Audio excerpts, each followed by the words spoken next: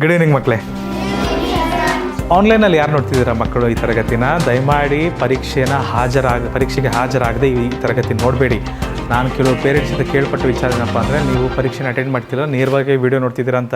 ಬರೀ ವೀಡಿಯೋ ನೋಡೋದ್ರಿಂದ ನೀವು ಆರಾಮಾಗಿರ್ಬೋದು ಹೊರತು ನಿಮ್ಮ ಬುದ್ಧಿಶಕ್ತಿ ಪ್ರಯೋಗ ಆಗೋದಿಲ್ಲ ಮಕ್ಕಳೇ, ಅದರ ವೃದ್ಧಿ ಆಗೋದಿಲ್ಲ. ಚೆನ್ನಾಗಿ ಜಾಣರಾಗಬೇಕಂದ್ರೆ ಮೊದಲು ಪರೀಕ್ಷೆ ಅಟೆಂಡ್ ಮಾಡಿ, ಸ್ವಲ್ಪ ಕಷ್ಟಪಡಿ, ಆಮೇಲೆ ಈ ವಿಡಿಯೋ ನೋಡಿ, ಎಲ್ಲ ಭಾಳ ಇನ್ನೂ ಚೆನ್ನಾಗಿ ಅರ್ಥ ಆಗ್ತದೆ. ಸೊ ನಿಮ್ಮದೆಲ್ಲ ಪರೀಕ್ಷೆ ಆಗಿದೆ, ರೈಟ್? ಸೊ ಮೊದಲ ಪರೀಕ್ಷೆ ವಿವರಣೆ ನೋಡೋಣ. ಕಿರು ಪರೀಕ್ಷೆ 8ರ ವಿವರಣೆ. ಗದ್ಯ ಭಾಗ 1 ಹೇಗಿತ್ತು ಮಕ್ಕಳೇ? ಪರ್ವತ ಪ್ರದೇಶಗಳಲ್ಲಿ ವಿಶಿಷ್ಟವಾದ ಭೂಪ್ರದೇಶ ಮತ್ತು ಜೀವನ ಶೈಲಿ ಇರುತ್ತದೆ. ಪರ್ವತ ಪ್ರದೇಶಗಳಲ್ಲಿ ಯಾವ ರೀತಿ ಜೀವನ ಶೈಲಿ ಇರ್ತದೆ, ಯಾವ ಥರ ಜನರು ಬದುಕ್ತಿರ್ತಾರೆ, ಅದ್ರ ಬಗ್ಗೆ ಗದ್ಯ ಭಾಗ ಇತ್ತು. ಅಲ್ಲಿನ ಭೂಮಿಯು ಎತ್ತರವಾದ ಶಿಖರಗಳು ಮತ್ತು ಆಳವಾದ ಕಣಿವೆಗಳೊಂದಿಗೆ ಎತ್ತರವಾಗಿ ಮತ್ತು ಬಂಡೆಯಾಗಿರುತ್ತದೆ.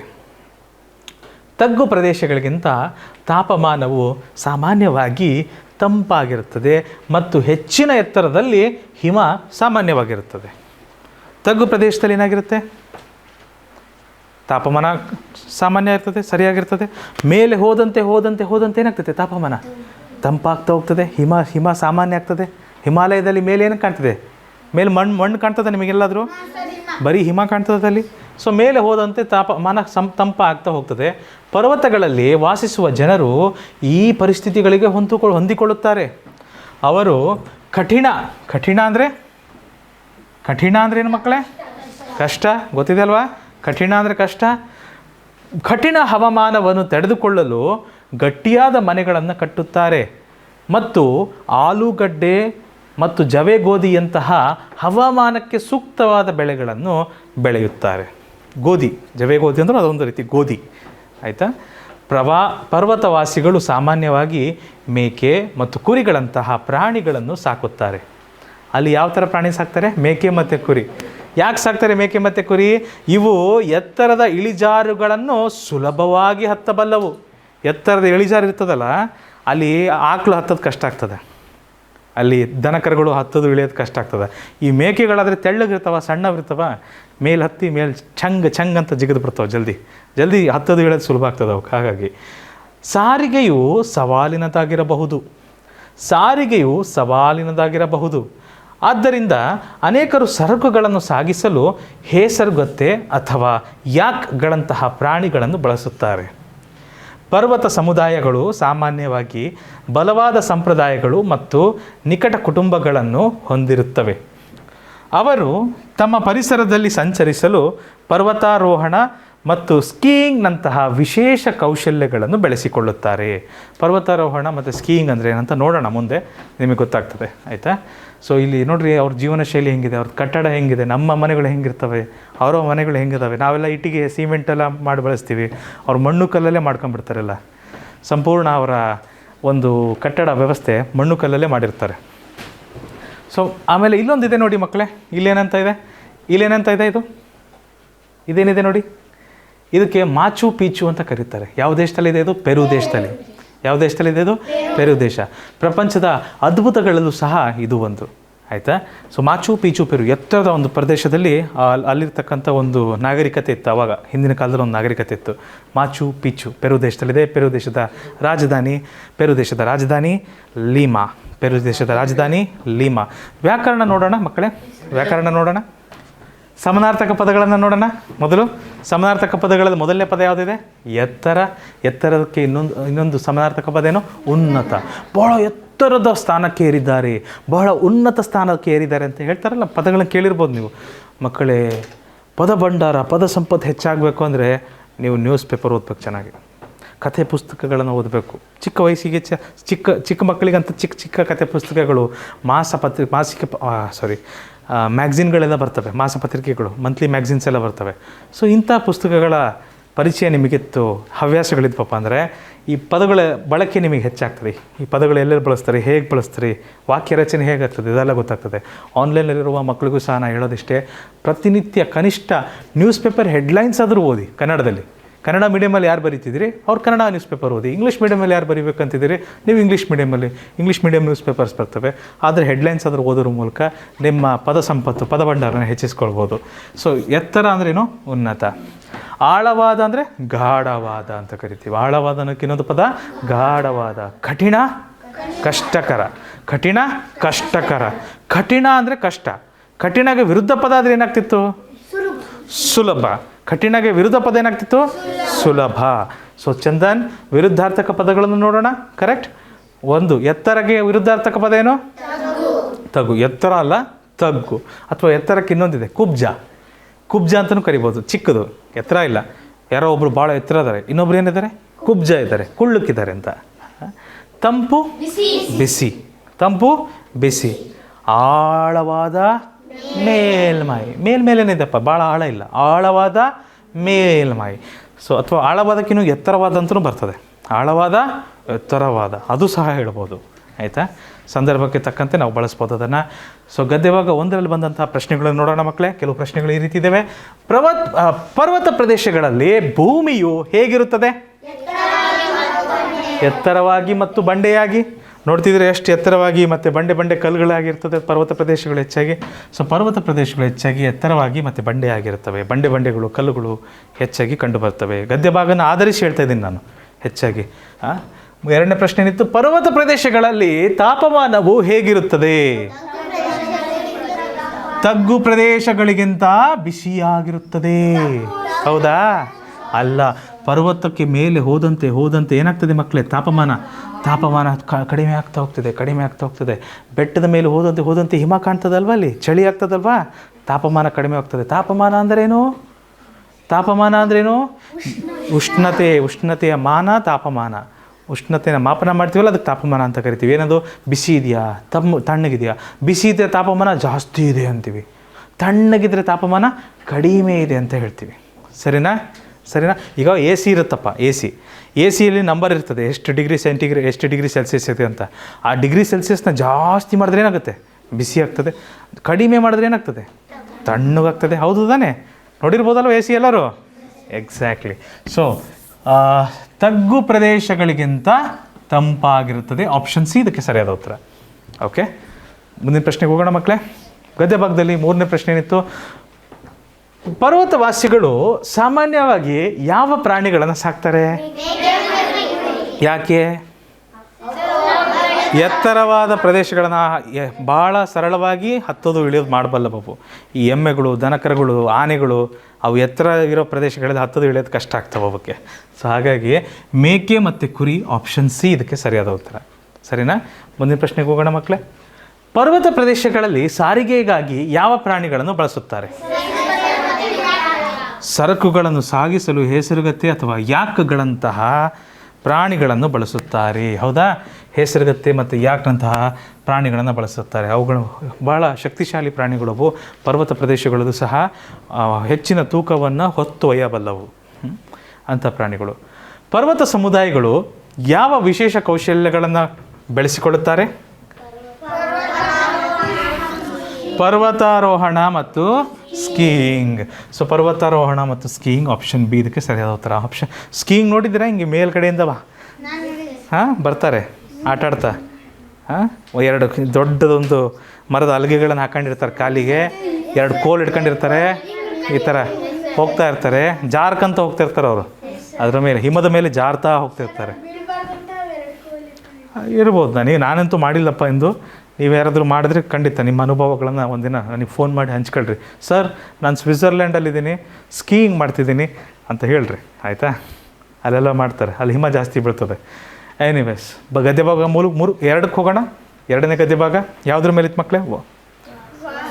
ಜನವಸತಿ ಪ್ರದೇಶಗಳ ಬಗ್ಗೆ ಇತ್ತು, ನಗರಗಳ ಬಗ್ಗೆ, ಸಮುದಾಯಗಳ ಬಗ್ಗೆ. ಅವರೆಲ್ಲ ಒಂದು ಕಡೆ ಎಲ್ಲ ಜೀವನ ಮಾಡ್ತಾರಲ್ಲ, ಆ ಗಾತ್ರಗಳು ಬದಲಾದಂತೆ, ಜನಸಂಖ್ಯೆ ಬದಲಾದಂತೆ ವಸಾಹತುಗಳ ರೀತಿಗಳು ಬದಲಾಗ್ತವೆ. ವಸಾಹತು ಅಂದ್ರೇನು? ವಸಾಹತು ಎಂದರೆ ಜನರು ವಾಸಿಸುವ ಮತ್ತು ಕೆಲಸ ಮಾಡುವ ಸ್ಥಳ. ವಸಾಹತುಗಳು ಚಿಕ್ಕದಾಗಿರಬಹುದು ಅಥವಾ ಮೂಗಿನಲ್ಲಿ ಕೈ ಇಡದೆ ಸಾಗರ್ ಪಾಟೀಲ್ ದೊಡ್ಡದಾಗಿರಬಹುದು. ಕರೆಕ್ಟ್? ಮತ್ತು ಅವು ವಿವಿಧ ರೀತಿಯಲ್ಲಿ ಇರುತ್ತವೆ. ಕರೆಕ್ಟ್? ಗ್ರಾಮೀಣ ವಸಾಹತುಗಳು ಹಳ್ಳಿವು.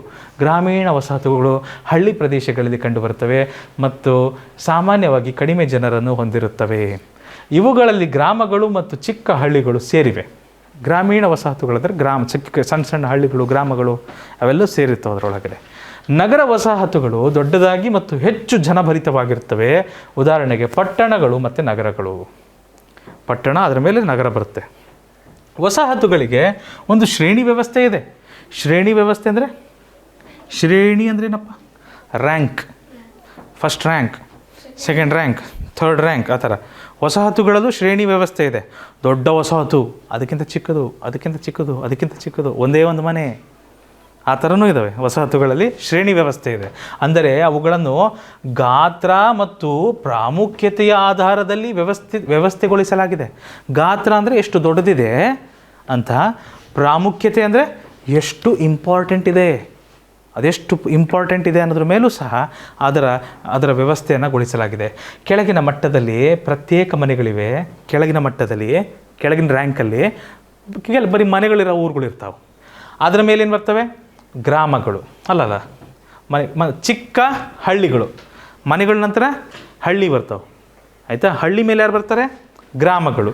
ಗ್ರಾಮಗಳ ಮೇಲೆ ಪಟ್ಟಣಗಳು. ಪಟ್ಟಣಗಳ ಮೇಲೆ ನಗರಗಳು.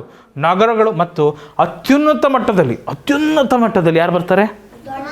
ದೊಡ್ಡ ಮಹಾನಗರ ಪ್ರದೇಶಗಳಿವೆ ಅಂತ ಹೇಳಿದ್ದಾರೆ. ದೊಡ್ಡ ಮಹಾನಗರ ಪ್ರದೇಶಗಳು ಬರ್ತವೆ ಅತ್ಯುನ್ನತ ಮಟ್ಟದಲ್ಲಿ. ದೊಡ್ಡ ಮಹಾನಗರ ಪ್ರದೇಶಗಳು, ಮಹಾನಗರಗಳು ಯಾವಿದಾವೆ? ಈಗ ಮಹಾನಗರಗಳು ಯಾವಿದ್ದಾವೆ? ಡೆಲ್ಲಿ, ಮುಂಬೈ, ಬೆಂಗಳೂರು, ಚೆನ್ನೈ, ಇವೆಲ್ಲ ದೊಡ್ಡ ದೊಡ್ಡ ಊರುಗಳು. ಲಕ್ಷಾಂತರ ಜನ ಇರ್ತಾರೆ. 10 ಲಕ್ಷಕ್ಕಿಂತ ಹೆಚ್ಚು ಜನಸಂಖ್ಯೆ ಇದ್ದರೆ ಮಹಾನಗರಗಳು ಅಂತ ಕರಿತೀವಿ ಅದಕ್ಕೆ ನಾವು, ಆಯಿತಾ? 10 ಏನಪ್ಪ ಇಷ್ಟೊಂದು ಇದ್ದ ಒಂದೇ? ಓ, ಭಾಳ ಮಂದಿ ಇದ್ದಾರೆ. ಬೀಳಲ್ಲಪ್ಪ, ಭಾಳ ಒಳಗೆ ಕಟ್ಟಿರ್ತಾರೆ. ಫೌಂಡೇಶನ್ ದೊಡ್ಡದು ಹಾಕಿರ್ತಾರೆ ಅವರು, ಆಯಿತಾ? ಭಾಳ ಚೆನ್ನಾಗಿ ಕಟ್ಟಿರ್ತಾರೆ. ಇಂಜಿನಿಯರಿಂಗ್ ಅದಕ್ಕೆಲ್ಲ ನೋಡಿರಿ, ಇವನ್ನೆಲ್ಲ ಮ್ಯಾಥಮೆಟಿಕ್ಸು ಇವನ್ನೆಲ್ಲ ಚೆನ್ನಾಗಿ ಓದಿದ್ರಪ್ಪ ಅಂದರೆ ನೀವು ಇಂಜಿನಿಯರ್ ಆಗ್ತೀರಿ ನಾಳೆ. ನೀವು ಅಂಥ ಬಿಲ್ಡಿಂಗ್ಗಳನ್ನ ಪ್ಲ್ಯಾನ್ ಮಾಡ್ತೀರಿ, ಕಟ್ಟಿಸ್ತೀರಿ. Yes, definitely. ಸೊ ಚೆನ್ನಾಗಿ ಪ್ಲ್ಯಾನ್ ಮಾಡಿರ್ತಾರೆ ಅದನ್ನೆಲ್ಲ ಅವರು. ನೆಲೆಗಳು ದೊಡ್ಡದಾದಂತೆ ಅವು ಸಾಮಾನ್ಯವಾಗಿ ಹೆಚ್ಚಿನ ಸೇವೆಗಳನ್ನು ಮತ್ತು ಉದ್ಯೋಗ ಅವಕಾಶಗಳನ್ನು ನೀಡುತ್ತವೆ. ಜನರು ಸಾಮಾನ್ಯವಾಗಿ ಉತ್ತಮ ಶಿಕ್ಷಣ, ಆರೋಗ್ಯ ಸೇವೆ ಮತ್ತು ಕೆಲಸದ ಅವಕಾಶಗಳಿಗಾಗಿ ಚಿಕ್ಕ ವಸಾಹತುಗಳಿಂದ ದೊಡ್ಡ ವಸಾಹತುಗಳಿಗೆ ಸ್ಥಳಾಂತರಿಸುತ್ತಾರೆ. ಚಿಕ್ಕ ವಸಾಹತು ಅಂದರೆ ಹಳ್ಳಿ ಮತ್ತು ಗ್ರಾಮ. ಹಳ್ಳಿ ಮತ್ತು ಗ್ರಾಮಗಳಿಂದ ದೊಡ್ಡ ವಸಾಹತು ಅಂದರೆ ನಗರಗಳು, ಪಟ್ಟಣಗಳು, ಮಹಾನಗರಗಳು. ಅಲ್ಲಿಗೆ ಸ್ಥಳಾಂತರಿಸ್ತಾರೆ. ಕೆಲಸ ಹುಡ್ಕೊಂಡು ಸಿಟಿಗೆ ಹೋಗ್ತಾರೆ ಜನ ಹಳ್ಳಿಯಿಂದ. ಕರೆಕ್ಟಾ? ಕೆಲಸ ಹುಡ್ಕೊಂಡು ಹೋಗ್ತಾರಲ್ಲ ಭಾಳ ಜನ.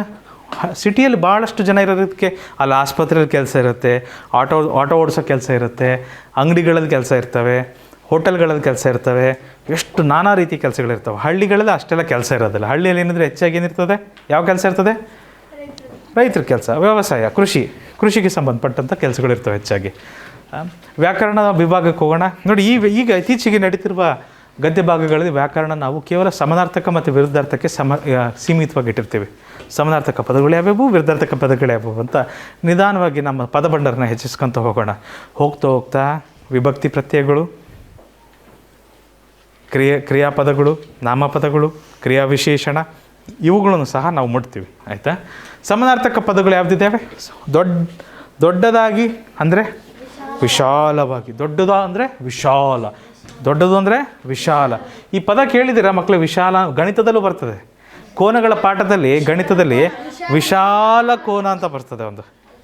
ಅದು ವಿಶಾಲವಾಗಿದೆ, ಅದಕ್ಕೆ ನಾವೇನಂತೀವಿ? ಅದಕ್ಕೆ ವಿಶಾಲ ಕೋನ ಅಂತ ಕರಿತೀವಿ. ಗಣಿತದಲ್ಲೂ ಬರ್ತದೆ, ರೇಖಾ ಗಣಿತದಲ್ಲಿ ಬರ್ತದೆ. ಸೊ ದೊಡ್ಡದು ಅಂದ್ರೇನು? ವಿಶಾಲ.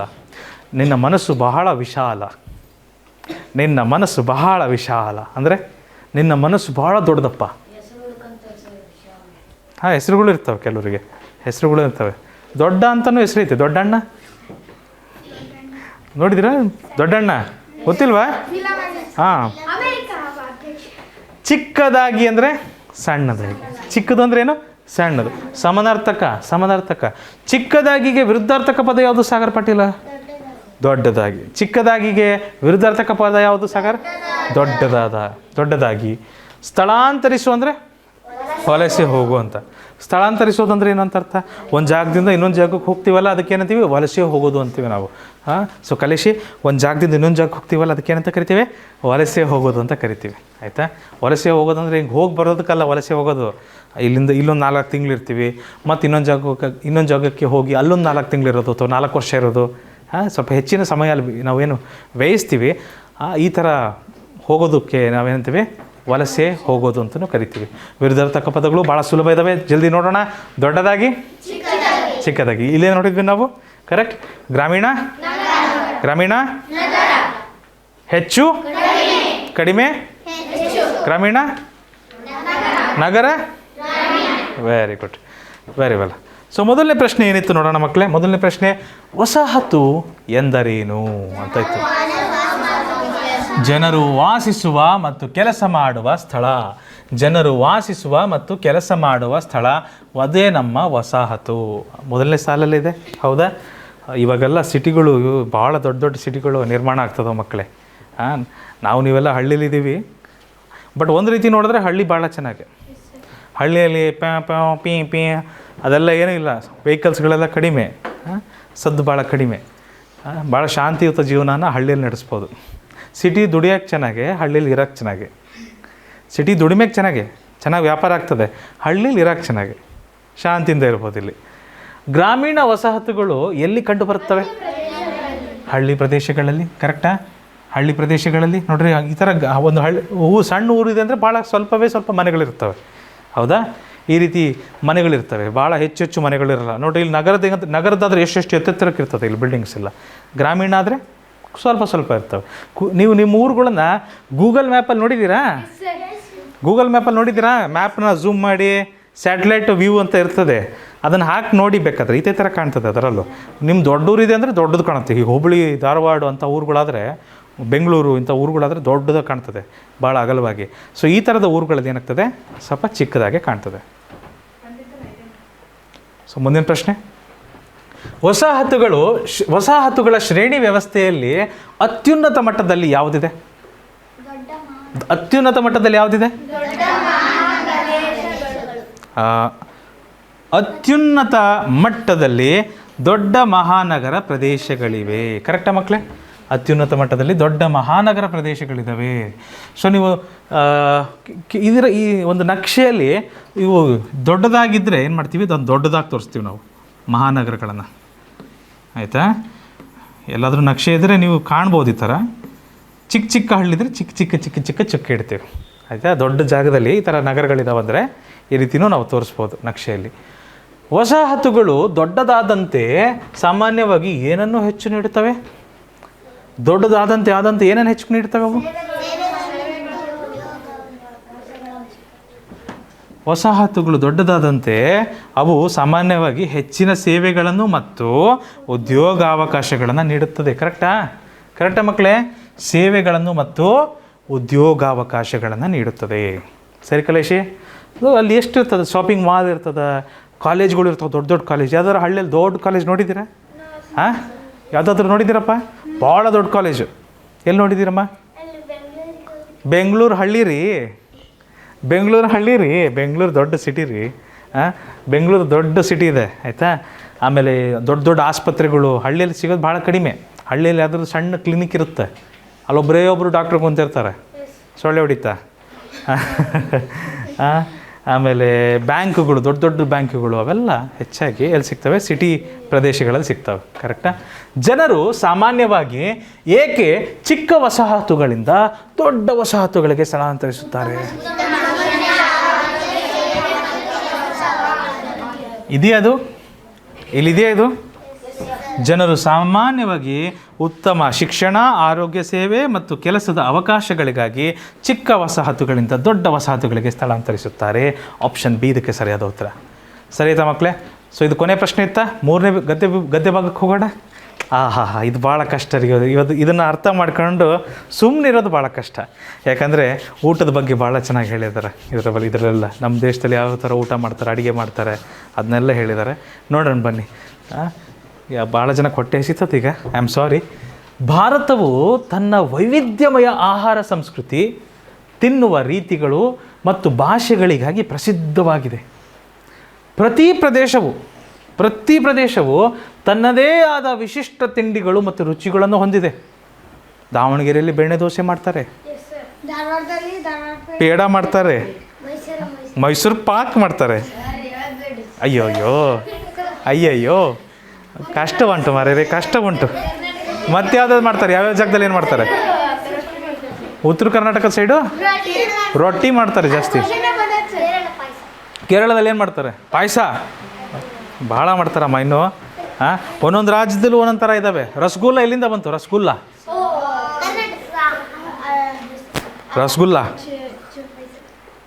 ರಸಗುಲ್ಲ ಎಲ್ಲಿಂದ ಬಂತು ಗೊತ್ತಾ? ಹಾಂ, ವೆಸ್ಟ್ ಬೆಂಗಾಲ್, ಪಶ್ಚಿಮ ಬಂಗಾಳದಿಂದ ರಸಗುಲ್ಲ. ಅದು ಜಗಳ ಆಗ್ಬಿಟ್ಟದ್ದು. ಪಶ್ಚಿಮ ಬಂಗಾಳದವರು ನಮ್ಮದು ಅಂತಾರೆ, ಒಡಿಶಾದವರು ಅವ್ರು ನಮ್ಮದು ಅಂತಾರೆ. ಎರಡು ರಾಜ್ಯಗಳು ರಸಗುಲ್ಲ ನಮ್ಮದು ಅಂತ ಜಗಳ ಆಡಿದ್ದಾರೆ.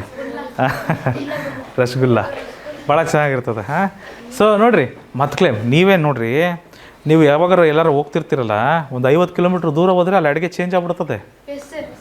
ಒಂದು ಊರಿಂದ ಇನ್ನೊಂದು ಊರಿಗೆ ಹೋದರೂ ಅಲ್ಲಿ ಅವ್ರು ಅಡುಗೆ ಮಾಡೋ ರೀತಿಯೇ ಚೇಂಜ್ ಇರ್ತದೆ. ಅವ್ರದ್ದು ಸಾರೇ ನಿಮ್ಮನೆ ಮಾಡಿರೋ ಸಾರು ಅವ್ರ ಮಾಡಿರೋ ಸಾರು ಬೇರೆ ಟೇಸ್ಟ್ ಬರ್ತದೆ. ಹಾಂ, ಅಲ್ಲಿ ಚಟ್ನಿ ನೋಡ್ಬೇಕು ಎಷ್ಟು ಖಾರ ಇರ್ತದಂತ. ಬಾಯಲ್ಲಿ ನೀರು ಬಂತ ಚಟ್ನಿ ಅಂದ ತಕ್ಷಣ. ಸಾರಿ ಅದು ಮಕ್ಕಳೇ ಏನು ಗೊತ್ತಾ, ಈ ರೊಟ್ಟಿ ಮಾಡ್ತಾರಲ್ಲ, ರೊಟ್ಟಿ ಬಿಸಿ ತಟ್ಟಿ ಅದರಲ್ಲೂ ಈ ಮಳೆ ಚಳಿ ಇರ್ತದಲ್ಲ, ಆ ಟೈಮಲ್ಲಿ ಹಿಂಗೆ ತಟ್ಟಿ ಉದ್ದಿ ಹಂಚ ಮೇಲೆ ಹಾಕಿ ಬಿಸಿ ಇದು ಹಂಗೆ ಇಟ್ಟಿರ್ತಾರೆ ತಟ್ಟೆಯಾಗ. ಅದ್ರ ಜೊತೆಗೆ ಮೆಣಸಿನ್ಕಾಯಿ ಮತ್ತು ಈ ಬೆಂಗನ್ ಅಂತಾರಲ್ಲ, ಏನದು ಮುಳುಗಾಯಿ ಮೆಣಸಿನ್ಕಾಯಿ ಮತ್ತು ಟೊಮೊಟೊ ಅಯ್ಯೋ, ಅದನ್ನು ಸುಟ್ಟುಬಿಟ್ಟು ಹಾಗೆಲ್ಲ ಸುಟ್ಟುಬಿಟ್ಟು ಹಿಂಗೆ ಕುಟ್ತಾರೆ ಕಲ್ಲಲ್ಲಿ ಕೊಟ್ಟು ಜೀರಿಗೆ ಹಾಕಿನೂ ಸ್ವಲ್ಪ ಅದು ಉಪ್ಪು ಹಾಕ್ತಾರೆ, ಕೆಲವರು ಸ್ವಲ್ಪ ಎಣ್ಣೆ ಕಾಸು ಹಾಕ್ತಾರೆ. ಅದನ್ನೆಲ್ಲ ಹಾಕಿಬಿಟ್ಟು ಸ್ವಲ್ಪ ಸೈಡಿಗೆ ಮೊಸರು ಇಡ್ತಾರೆ. ಸ್ವಲ್ಪ ಖಾರ ಆತಂದ್ರೆ ಅದನ್ನು ಹಚ್ಕೊಂಡು ತಿನ್ನಬೇಕು ಅಂತ. ಆ ಬಿಸಿ ರೊಟ್ಟಿನ ಆ ಚಟ್ನಿ ಜೊತೆಗೆ ಹಿಂಗೆ ಸವರ್ಕೊಂಡ್ಬಿಟ್ಟು ಬಾಯಿಲಿ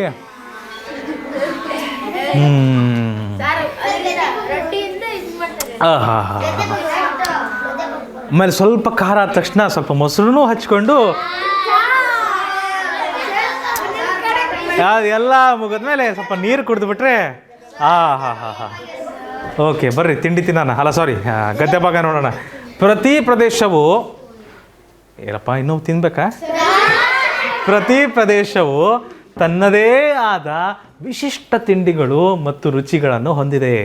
ಪ್ರತಿ ಪ್ರದೇಶವು, ನಾನು ಈಗ ತಾನೇ ಹೇಳ್ತಿದ್ವಲ್ವ, ಪ್ರತಿ ಪ್ರದೇಶವು ತನ್ನದೇ ಆದ ವಿಶಿಷ್ಟ ತಿಂಡಿಗಳು ಮತ್ತು ರುಚಿಗಳನ್ನು ಹೊಂದಿದೆ. ಉತ್ತರದಲ್ಲಿ ಅಂದರೆ ಉತ್ತರ ಭಾರತದಲ್ಲಿ, ಉತ್ತರದಲ್ಲಿ ಜನರು ರೊಟ್ಟಿಗಳಂತಹ ಗೋಧಿ ಆಧಾರಿತ ಆಹಾರವನ್ನು ಇಷ್ಟಪಡುತ್ತಾರೆ. ಆದರೆ ದಕ್ಷಿಣದಲ್ಲಿ ಅಕ್ಕಿ ಹೆಚ್ಚು ಸಾಮಾನ್ಯವಾಗಿದೆ. ದೋಸೆ ಎಲ್ಲ ನಮ್ಮಲ್ಲಿ ಜಾಸ್ತಿ ಮಾಡ್ತಾರೆ, ಇಡ್ಲಿ ದೋಸೆ ಎಲ್ಲ. ಆ ಕಡೆ ಹೋದಂತೆಲ್ಲ ರೊಟ್ಟಿ, ಆಲೂಗಡ್ಡೆ ಪಲ್ಯ ಅವು ಜಾಸ್ತಿ ಆ ಕಡೆಗೆ ಎಲ್ಲ. ಆಯಿತಾ? ಭಾರತೀಯ ಅಡುಗೆಯಲ್ಲಿ ಮಸಾಲೆಗಳು ಪ್ರಮುಖ ಪಾತ್ರ ವಹಿಸುತ್ತವೆ. ನಮ್ಮ ಅಡುಗೆಗಾಗಿ ಇರೋ ಮಸಾಲೆ ಪ್ರಪಂಚದಲ್ಲಿ ಯಾವ ದೇಶದಲ್ಲಿ ಇರೋ ಅಡುಗೆಯಲ್ಲೂ ಇಲ್ಲ. ಅಷ್ಟು ಮಸಾಲೆ ನಾವು ಹಾಕ್ತೀವಿ. ನೀವು ಹೇಳಿದ್ರೆ ನಂಬ್ತಿರಲ್ಲ ಮಕ್ಕಳೇ, ಬ್ರಿಟಿಷರು ಓಡ್ ಬಂದಿದ್ದು ಇಲ್ಲಿಗೆ ಮಸಾಲೆಗೋಸ್ಕರ. ಹ್ಞೂ ರೀ, ನಗ್ತಿರಲ್ರಿ. ಅವ್ರ ದೇಶದಾಗ ಉಪ್ಪು ಖಾರ ಏನಿಲ್ಲರಿ, ಬರೀ ಸಪ್ಪೆ ತಿಂತಿದ್ರು ಅವರು. ಮಸಾಲೆ ಅಲ್ಲಿಲ್ಲ ಅಂತ ಇಲ್ಲಿ ಹುಡ್ಕೊಂಬಂದಿದ್ರು ಅವ್ರು ನಮ್ಮ ಹತ್ರ. ಹೌದಮ್ಮ, ಇತಿಹಾಸದಲ್ಲಿ ಓದ್ತೀರಾ, ವ್ಯಾಪಾರ ಮಾಡೋಕ್ಕೆ ಬಂದದ್ದವ್ರು ನಮ್ಮ ಹತ್ರ. ಆಮೇಲೆ ಹೋಗ್ತಾ ನಮ್ಮನ್ನೆಲ್ಲ ನೋಡ್ಬಿಟ್ರು, ಚೆನ್ನಾಗಿ ನೋಡ್ಕೊಂಬಿಟ್ರು. ಓಹೋ, ಇವ್ರಿಗೆ ಯಾರಿಗೂ ಬುದ್ಧಿ ಇಲ್ಲರಿ, ನಾವೇ ಇವ್ರ ಮೇಲೆ ಇದನ್ನು ಮಾಡೋಣ ಅಂತ ನಾವು ಮುಗ್ದಿರಿದ್ವಿ. ನಾವು ಭಾಳ ಮುಗ್ದಿರಿದ್ವಿ. ಆಮೇಲೆ ಎಲ್ಲ ತಪ್ಪು ನಮ್ಮ ರಾಜರೆಲ್ಲ ಭಾಳ ಜನ ಸ್ವಾರ್ಥಿಗಳಿದ್ರು. ಎಲ್ಲರೂ ಅಂತಲ್ಲ, ಕೆಲವರು ಒಳ್ಳೆ ರಾಜರು ಇದ್ದರು. ಆ ಸಮಯಕ್ಕೆ ರಾಜರೆಲ್ಲ ಭಾಳ ಸ್ವಾರ್ಥಿಗಳಿದ್ದರು. ಬ್ರಿಟಿಷರು ಜಾಸ್ತಿ ದುಡ್ಡು ಕೊಡ್ತಾರಂತ ಎಲ್ಲ ಸೌಕರ್ಯಗಳನ್ನು ಅವ್ರಿಗೆ ಮಾಡಿಕೊಟ್ಬಿಟ್ರು. ಅವ್ರು ಹೋಗ್ತಾ ಏನು ಮಾಡಿಬಿಟ್ರು, ಅವರೇ ರಾಜರಾಗ್ಬಿಟ್ರು. ಬ್ರಿಟಿಷರೇ ರಾಜರಾಗ್ಬಿಟ್ರು. ಸೊ ಇತಿಹಾಸದಲ್ಲಿ ಓದ್ತೀರಿ ಮುಂದೊಂದು ದಿನ, ತೊಂದರೆ ಇಲ್ಲ. ಬಟ್ ಅವ್ರು ಬಂದದ್ದು ಮೇನಾಗಿ ಮಸಾಲೆಗೋಸ್ಕರ. ಅಲ್ಲಿ ಏನೂ ಇಲ್ಲರಿ, ಬರೀ ಬ್ರೆಡ್ ಮಾಡ್ಕೊಂಡು ತಿನ್ನೋರು. ಬರ್ರಿ ಮುಂದೋಗೋಣ. ಎಲ್ಲಿದ್ವಪ್ಪ? ಮಸಾಲೆಗಳು ಪ್ರಮುಖ ಪಾತ್ರ ವಹಿಸುತ್ತವೆ. ಆಹಾರವನ್ನು ರುಚಿಕರ ಮತ್ತು ಸುಗಂಧ ಭರಿತವಾಗಿಸುತ್ತವೆ. ಪಕ್ಕದ ಮನೆಗೆ ಸಾರು ಏನಾರು ಒಳ್ಳೇದಾಗ್ತದ್ರೆ ಮನೆಗೆ ಬರ್ತತಿಲ್ರಿ, ಅದು gum gum gum gum gum ಘಮ ಘಮ ಘಮ ಘಮ. ನಮ್ಮ ಮನೆದು ಬರ್ತತಿಲ್ಲ, ನಿಮ್ಮ ಮನೆದು ಬರ್ತಿಲ್ಲ ನಿಮಗೆ? Good, okay. ಅದರಲ್ಲೂ ಜಾಸ್ತಿ ಯಾವಾಗ ಹಸುವಾಗ್ತದೆ ಅಂದ್ರೆ ಪಕ್ಕದ ಮನೆಯಿಂದ ಸ್ಮೆಲ್ ಬಂದಾಗ ಜಾಸ್ತಿ ಹಸುವಾಗ್ತದೆ. ಅದು ನಮ್ಮ ಮನೆ. ಅಪ್ಪ, ನೀನು ನಾನ್ ವೆಜ್ ತಿಂತೀನಿ, ನಿನಗೆ ಮೀನು ಸಾರು ಇಷ್ಟ. ವೆಜ್ ತಿನ್ನೋರಿಗೆ ಏನು ಇಷ್ಟಪ್ಪ? ಹೋಳಿ. ಸ್ಮೆಲ್ ಬರೋದು ಯಾವುದು? ಪಲಾವ್ ಪಲಾವ್ ಪಲಾವ್ ಪಲಾವ್ ಪಲಾವ್ ಪಲಾವ್ ಪೂರಿ ಸ್ಮೆಲ್ ಬರ್ತದಾ? ಎಂಥದಪ್ಪ? ಪರೋಟ ನಮ್ದಲ್ಲಮ್ಮ, ಅದು ಉತ್ತರ ಬರ್ತದೆ. ಆಯ್ತಪ್ಪ, ಹೊಟ್ಟೆ ತುಂಬಿತು. ಓಕೆ, ಎನಿವೇಸ್ ಹೊಟ್ಟೆ ತುಂಬಿತು. ಬರ್ರಿ ಮುಂದೆ ಹೋಗೋಣ. ಎಲ್ಲಿದೆಯಪ್ಪ? ಅನೇಕ ಭಾರತೀಯರು ವಿಶೇಷವಾಗಿ ಸಾಂಪ್ರದಾಯಿಕ ಊಟ ಮಾಡುವಾಗ ಕೈಯಿಂದ ತಿಂತಾರೆ. ಮಕ್ಕಳ ಕೈಯಲ್ಲಿ ತಿನ್ನೋದು ಭಾಳ ಒಳ್ಳೆಯದು. ಯಾಕೆ ತಿನ್ಬಾರ್ದು ಚಮಚದಲ್ಲಿ? ಆಹಾ,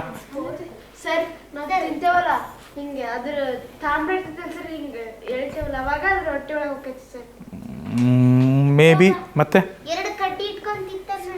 ಅದು ಅದು ಜಪಾನವ್ರು ತಿಂತಾರಂಗೆ. ಕೊರಿಯಾ, ಜಪಾನು ಅವರೆಲ್ಲ ಚಾಪ್ಸ್ಟಿಕ್ಸ್ ಅಂತಾರೆ ಅದಕ್ಕೆ, ಚಾಪ್ಸ್ಟಿಕ್ಸ್. ಅದೇ ಇರಲಿ ಇರಲಿ ಇರಲಿ ಇರಲಿ. ಜಪಾನಲ್ಲಿ ಬರೀ 2 ಕಡ್ಡಿ ಹಿಡ್ಕೊಂಡೇ ತಿನ್ಬೇಕು ಅವ್ರು. ಮತ್ತು ಕೈಯಲ್ಲಿ ತಿಂದರೆ ಅಸಹ್ಯ ಅಂತಾರೆ ಅವರು. ಆ ದೇಶದಲ್ಲಿ ನೀವೇನಾರು ಹೋಗಿ ಕೈಯಲ್ಲಿ ಹಿಂಗೆ ಅನ್ನ ಸಾರು ಕಾಲ್ಸ್ಕೊಂಡು ತಿಂದರೆ ಮತ್ತೆ ಬೈತಾರೆ. ಅನ್ನನೂ ಸಹ 2 ಕಡ್ಡಿಗೆ ತಿನ್ಬೇಕು. ಆಯಿತಾ? ಇರಲಿ ಮಕ್ಕಳೇ, ಅದಿರಲಿ. ಏನು ಹೇಳ್ತಿದ್ದೆ ನಾನು? ಚಮಚದಿಂದ ಯಾಕೆ ತಿನ್ನಬೇಕು? ಅಲ್ಲ, ಯಾಕೆ ತಿನ್ನಬಾರ್ದು? ಕೈಯಲ್ಲಿ ಯಾಕೆ ತಿನ್ನಬೇಕು? ಭಾಳ ಬೇಸಿಕ್ ಹೇಳ್ತಾನೆ ಕೇಳ್ರಿ. ಕೈಯಲ್ಲಿ ಯಾಕೆ ತಿನ್ನಬೇಕು ಅಂದರೆ, ತಟ್ಟೆಲಿದ್ದು ಬಿಸಿ ಐತಲ್ಲ ಅಂತ ಹೆಂಗೆ ಗೊತ್ತಾಗ್ತದೆ? ಚಮಚದಾಗ ಗೊತ್ತಾಗ್ತದೆ, ಕೈಯಲ್ಲಿ ಗೊತ್ತಾಗ್ತದೆ. ಬಿಸಿ ಬಿಸಿ ಚಮಚದ ತೊಗೊಂಡು ಬಾಯಿ ಹಿಡ್ಕೊಂಡ್ರೆ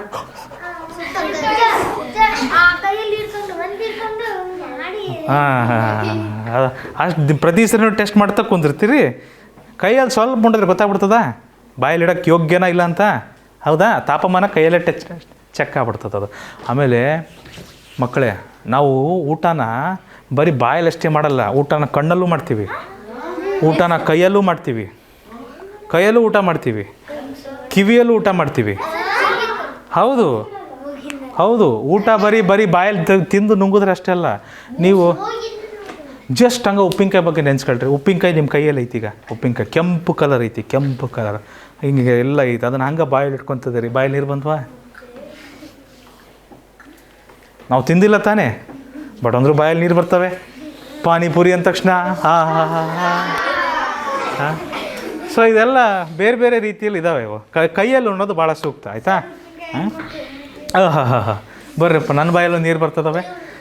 ಧಾರ್ಮಿಕ ಮತ್ತು ಸಾಂಸ್ಕೃತಿಕ ಕಾರಣಗಳಿಂದಾಗಿ ಕೇಳಿ ಮಕ್ಕಳೇ, ಧಾರ್ಮಿಕ ಮತ್ತು ಸಾಂಸ್ಕೃತಿಕ ಕಾರಣಗಳಿಂದಾಗಿ ಭಾರತದಲ್ಲಿ ಸಸ್ಯಾಹಾರ ಜನಪ್ರಿಯವಾಗಿದೆ. ಭಾರತದಲ್ಲಿ 20ಕ್ಕೂ ಹೆಚ್ಚು ಅಧಿಕೃತ ಭಾಷೆಗಳಿವೆ. ಹಿಂದಿ ಮತ್ತು ಇಂಗ್ಲೀಷ್ ವ್ಯಾಪಕವಾಗಿ ಬಳಕೆಯಲ್ಲಿವೆ. ಹಿಂದಿ ಮತ್ತು ಇಂಗ್ಲೀಷ್ ವ್ಯಾಪಕವಾಗಿ ಬಳಕೆಯಲ್ಲಿವೆ. ವಿವಿಧ ರಾಜ್ಯಗಳು ತಮ್ಮದೇ ಆದ ಭಾಷೆಗಳನ್ನು ಹೊಂದಿವೆ. ಉದಾಹರಣೆಗೆ ತಮಿಳುನಾಡಿನಲ್ಲಿ ತಮಿಳು ಮತ್ತು ಪಶ್ಚಿಮ ಬಂಗಾಳದಲ್ಲಿ ಬಂಗಾಳಿ, ಈ ರೀತಿ ಬೇರೆ ಬೇರೆ ರಾಜ್ಯಗಳಲ್ಲಿ ಬೇರೆ ಬೇರೆ ಭಾಷೆಗಳು ಇದ್ದಾವೆ. ನಮ್ಮ ರಾಜ್ಯದಲ್ಲಿ ಯಾವ ಭಾಷೆ ಇದೆ? ಕೇರಳದಲ್ಲಿ, ಆಂಧ್ರ ಪ್ರದೇಶದಲ್ಲಿ ತೆಲುಗು, ಗುಜರಾತಲ್ಲಿ ಗುಜರಾತಿ, ಮಹಾರಾಷ್ಟ್ರದಲ್ಲಿ Marathi. Very good. So okay. ಉದಾಹರಣೆಗೆ ತಮಿಳುನಾಡಿನಲ್ಲಿ ತಮಿಳು ಮತ್ತು ಪಶ್ಚಿಮ ಬಂಗಾಳದಲ್ಲಿ ಬಂಗಾಳಿ. ಆಹಾರ ಮತ್ತು ಭಾಷೆಯ ಈ ವೈವಿಧ್ಯತೆಯು ಭಾರತವನ್ನು ಸಾಂಸ್ಕೃತಿಕವಾಗಿ ಶ್ರೀಮಂತ ರಾಷ್ಟ್ರವನ್ನಾಗಿ ಮಾಡುತ್ತದೆ. ಆಯಿತಾ? ನಮ್ಮ ದೇಶದಲ್ಲಿರುವಷ್ಟು ಊಟಗಳು ಬೇರೆ ದೇಶದಾಗಿಲ್ಲ, ನಮ್ಮ ದೇಶದಲ್ಲಿರುವಷ್ಟು ಭಾಷೆಗಳು ಬೇರೆ ದೇಶದಲ್ಲಿ ಸಿಗೋದಿಲ್ಲ. ವೈವಿಧ್ಯತೆಯಿಂದ ನಾವು ಕೂಡಿದ್ದೀವಿ ನಮ್ಮ ದೇಶದಲ್ಲಿ ಎಲ್ಲರೂ. ವ್ಯಾಕರಣದಲ್ಲಿ ಏನು ನೋಡ್ಬೋದು ನಾವು? ವೈವಿಧ್ಯಮಯ ಅಂದ್ರೇನು? ವೈವಿಧ್ಯಮಯ ಅಂದ್ರೇನು ಮಕ್ಕಳೇ? ವಿವಿಧ ಅಂದ್ರೇನು? ಅನೇಕ. ವಿಧ ಅನೇಕ ಭಾಳ ಇದ್ದಾವೆ ಅಂತ. ಥರ ವೆರೈಟಿ ಅಂತಾರೆ ನೋಡ್ರಿ, ಆ ಥರ. ಸೊ ಪ್ರಸಿದ್ಧ ಅಂದರೆ ಖ್ಯಾತಿ. ಪ್ರಸಿದ್ಧ ಅಂದರೆ ಖ್ಯಾತಿ, ಭಾಳ ಫೇಮಸ್. ಪ್ರಸಿದ್ಧ ಅಂದರೆ ಭಾಳ ಫೇಮಸ್, ಭಾಳ ಖ್ಯಾತಿ ಹೊಂದಿದ್ದಾರಂತ. ವಿಶಿಷ್ಟ ಅಂದರೆ ವಿಶಿಷ್ಟ ವಿಶೇಷ ವರ್ಗಗಳು. ಅದ್ರ ಬದಲು ವಿಶಿಷ್ಟ ವರ್ಗಗಳಂತಲೂ ಕರಿಬೋದಾ? ವಿಶಿಷ್ಟ ವರ್ಗಗಳಂತಲೂ ಕರಿಬೋದಾ? ಆ್ಯಬ್ಸಲ್ಯೂಟ್ಲಿ. ವಿರುದ್ಧಾರ್ಥಕ ಪದಗಳು ಯಾವಿದಾವೆ ಮಕ್ಕಳೇ? ಉತ್ತರ, ಹೆಚ್ಚು, ಕಡಿಮೆ, ಸಾಂಪ್ರದಾಯಿಕ. ಅಂದರೆ ಹಳೆ ಕಾಲದನ್ನ ಇನ್ನೂ ಅನುಸರಿಸೋದೆ. ಹಳೆ ಕಾಲದಲ್ಲಿ ಏನು ಹೇಳ್ಕೊಟ್ಟಿರ್ತಾರಲ್ಲ, ನಾವು ಅದನ್ನೇ ಮಾಡ್ತಿರ್ತೀವಿ. ಆಧುನಿಕ ಅಂದರೆ ಅದು ಹಳೇದು, ಅದು ಬೇಡ, ಹೊಸದು ಮಾಡೋಣ, ಆ ಥರ. ಈ ವಿಚಾರಕ್ಕೆ ಏನಂತೀವಿ? ಆಧುನಿಕ. ಸೊ ಸಾಂಪ್ರದಾಯಿಕ, ಅದಕ್ಕೆ ವಿರುದ್ಧ ಪದ ಆಧುನಿಕ. ಸರಿನಾ ಮಕ್ಕಳೇ? ಮುಂದಿನ ಭಾಗದಲ್ಲಿ ಏನಿದೆ, ನಮ್ಮ ಪ್ರಶ್ನೆಗಳಿದ್ದಾವೆ. ಭಾರತದ ಉತ್ತರ ಭಾಗದಲ್ಲಿ ಜನರು ಯಾವ ಆಧಾರಿತ ಆಹಾರವನ್ನು ಇಷ್ಟಪಡುತ್ತಾರೆ? ಗೋಧಿ ಆಧಾರಿತ ಆಹಾರವನ್ನು ಇಷ್ಟಪಡ್ತಾರೆ. ಶುಗರ್ ಪೇಷಂಟ್ಸಿಗೆ ಭಾಳ ಕೆಟ್ಟದು ಗೋಧಿ. ಎಲ್ಲಿದೆಯಪ್ಪ ಭಿನ್ನರಾಶಿ? ರೋ ಅಲ್ಲಿಂದ ಬಂತ ಇದು, ಅಲ್ಲಿಂದ ನೆನ್ಪಿಟ್ಕೊಂಡ್ಬಿಟ್ಟಿದ್ದೀನಿ ನೀನು. ಗುಡ್, ತೊಂದರೆ ಇಲ್ಲ. ಬಟ್ ಭಿನ್ನರಾಶಿಗೆ ಅದಕ್ಕೂ ಸಂಬಂಧ ಇಲ್ಲ. ಈಗ ಭಾರತೀಯ ಅಡುಗೆಯಲ್ಲಿ ಯಾವುದು ಪ್ರಮುಖ ಪಾತ್ರ ವಹಿಸುತ್ತದೆ? ಮಸಾಲೆ ಪದಾರ್ಥಗಳು. ಎಷ್ಟೊಂದು ಜನ ಬಂದು ಹೋಗ್ಬಿಟ್ಟಿದ್ದಾರೆ ಅದಕ್ಕೋಸ್ಕರ. ಅದ್ರ ಟೇಸ್ಟ್ ಆ ಥರ ಇದೆ ರೀ, ಮಸಾಲೆ ಇಲ್ದಂಗೆ ಸಾರುಗಳು ಮಾಡೋಕ್ಕಾಗಲ್ರಿ, ಭಾಳ ಕಷ್ಟ ಮಾಡೋದು. ಬರ್ರಿ, ಭಾರತದಲ್ಲಿ ಸಸ್ಯಾಹಾರ ಏಕೆ ಜನಪ್ರಿಯವಾಗಿದೆ? ಧಾರ್ಮಿಕ ಮತ್ತು ಸಾಂಸ್ಕೃತಿಕ ಕಾರಣಗಳಿಂದಾಗಿ. ಕರೆಕ್ಟ್. ಗಣೇಶನ ಹಬ್ಬಕ್ಕೆ ನಾವೇನಾರು ಕುರಿ ಕಡಿತೀವ? ಇಲ್ಲ. ಧಾರ್ಮಿಕ ಮತ್ತು ಸಾಂಪ್ರದಾಯಿಕ ಅಂದರೆ ಇದು. ಕೆಲವೊಂದು ಹಬ್ಬಕ್ಕೆ ಇದೇ ಅಡುಗೆ ಇರ್ಬೇಕಂತ ನಾವು ಮಾಡ್ಕೊಂಬಿಟ್ಟಿದ್ದೀವಿ. ಅಲ್ರಿ ಚಿಕನ್ ಅಲ್ರಿ ಅದು, ಏನ್ರಿ ನೀವು? ಅಲ್ರಿ ಹೋಳಿಗೆ, ಸ್ವೀಟ್ಗಳು, ಈ ಇದಿರ್ತಾವಲ್ಲ, ಏನಂತೀರಿ, ಸಮೋಸಗಳು, ಮತ್ತು ಅಲ್ರಿ ಹಲ್ವಾ ಸೊ ಅವಿದ ಮೋದಕಗಳು ಅವಿದಾವ ಅದರಲ್ಲಿ, ಆಯಿತಾ? ವಡೆ, ಪಾಯಸ, ಒಪ್ಪಟ್ಟು ಹೌದವು. ಭಾರತದಲ್ಲಿ ಎಷ್ಟು ಅಧಿಕೃತ ಭಾಷೆಗಳಿದ್ದಾವೆ? ಗದ್ಯ ಭಾಗದಲ್ಲಿ ಅಂತ ಕೊಟ್ಟಿದ್ದಾರೆ 20ಕ್ಕೂ ಹೆಚ್ಚು ಭಾಷೆಗಳಿದ್ದಾವೆ. ನಾಳೆ ನೀವು ಹೇಳ್ಬೇಕು ನನಗೆ ಬಂದು ಏನಂತ, ಭಾರತದಲ್ಲಿ ಎಷ್ಟು ಭಾಷೆ ಅಧಿಕೃತವಾಗಿ ಎಷ್ಟು ಭಾಷೆಗಳಿದ್ದಾವೆ? ಅಲ್ಲ, ಎಕ್ಸಾಕ್ಟಾಗಿ ಹೇಳ್ಬೇಕು. 21, 22, 23, 20ಕ್ಕಿಂತ ಹೆಚ್ಚು ಅಂದರೆ 1000ನೂ ಬರ್ತದೆ, 20ಕ್ಕಿಂತ ಹೆಚ್ಚು ಅಂದರೆ ಅಪರಿಮಿತನೂ ಬರುತ್ತೆ. ಸೊ ಎಷ್ಟು ಭಾಷೆ ಇದ್ದಾವೆ ಅಧಿಕೃತವಾಗಿ ಭಾರತದಲ್ಲಿ? ನಾಳೆ ಬಂದು ಹೇಳ್ಬೇಕು, ಹೇಳ್ತೀರಾ? ಸೊ ಯಾರು ಆನ್ಲೈನ್ ನೋಡ್ತಿದ್ದೀರಾ ಮಕ್ಕಳು, ನಿಮಗೇನಾದರೂ ಗೊತ್ತಿದೆ ಅಂದರೆ ಕಮೆಂಟ್ ಸೆಕ್ಷನಲ್ಲಿ ತಿಳಿಸಿ, ಭಾರತದಲ್ಲಿ ಅಧಿಕೃತವಾಗಿ ಎಷ್ಟು ಭಾಷೆಗಳಿದ್ದಾವೆ ಅಂತ. ಓಕೆ, ಸೊ ಭಾರತದಲ್ಲಿ ಅಧಿಕೃತವಾಗಿ 20ಕ್ಕಿಂತ ಹೆಚ್ಚು ಭಾಷೆಗಳಿದ್ದಾವೆ. ಗದ್ಯ ಭಾಗದಲ್ಲಿ ಈ ರೀತಿ ಕೊಟ್ಟಿದ್ದಾರೆ. ಸೊ ಹಾಗಾಗಿ ನಾವು ಅದನ್ನೇ ಆಪ್ಷನ್ ಸಿನೇ ನಾವು ಹೇಳ್ತೇವೆ. ಇದು ನೋಡ್ರಿ, ಯಾವ್ಯಾವ ಭಾಗದಲ್ಲಿ ಯಾವ್ಯಾವ ರೀತಿ ಭಾಷೆಗಳಿದ್ದಾವೆ. ಮತ್ತು ನಮ್ಮ ಕರ್ನಾಟಕದಲ್ಲೇ ಕೊಂಕಣಿ ಅಂತ ಬರ್ತದೆ, ಆ ಭಾಗದಲ್ಲಿ ತುಳು ಅಂತ ಬರ್ತದೆ, ಮಂಗಳೂರು ಸೈಡ್ ಹೋದರೆ ಕರ್ನಾಟಕದಲ್ಲಿ. ಕನ್ನಡ ಅಷ್ಟೇ ಅಲ್ಲ, ಮತ್ತು ಲಂಬಾಡಿ ಭಾಷೆನೂ ಇದೆ. ಲಂಬಾಡಿ ಭಾಷೆನೂ ಇದೆ ಕರ್ನಾಟಕದಲ್ಲಿ. ಲಂಬಾಣಿ ವರ್ಗದ ಜನ ಮಾತಾಡ್ತಾ ಇರೋದನ್ನು. ಬೇರೆ ಬೇರೆ ಬೇರೆ ಬೇರೆ ರೀತಿ ಭಾಷೆಗಳಿದೆ ನೋಡ್ರಿ. ವೈವಿಧ್ಯಮಯದಿಂದ ಕೂಡಿದ್ದೀವಿ ನಾವು. ಭಾರತದ ಆಹಾರ ಮತ್ತು ಭಾಷೆಯ ವೈವಿಧ್ಯತೆಯು ಏನನ್ನು ಸೂಚಿಸುತ್ತದೆ? ನಮ್ಮ ಸಾಂಸ್ಕೃತಿಕ ಶ್ರೀಮಂತಿಕೆ ಎಷ್ಟಿದೆ ಅನ್ನೋದು ತೋರಿಸ್ತದೆ ಅದು. ಹೌದಾ? ಸಾಂಸ್ಕೃತಿಕವಾಗಿ ಶ್ರೀಮಂತರ ದೇಶವಾಗಿದೆ ನಮ್ಮದು. ಕೊನೆಯ ಭಾಗಕ್ಕೆ ಹೋಗೋಣ ಮಕ್ಕಳೇ. ಯಾರ ಬಗ್ಗೆ ಇದೆ? One of the most exploited section of our society.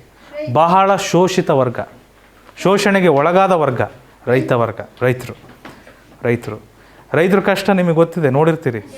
ಯಾವಾಗ ನೋಡಿದ್ರು ರಸ್ತೆಯಲ್ಲಿ ಕೂತು ನಿಂತ್ಕೊಂಡು ಸ್ಟ್ರೈಕ್ ಮಾಡ್ತಿರ್ತಾರೆ.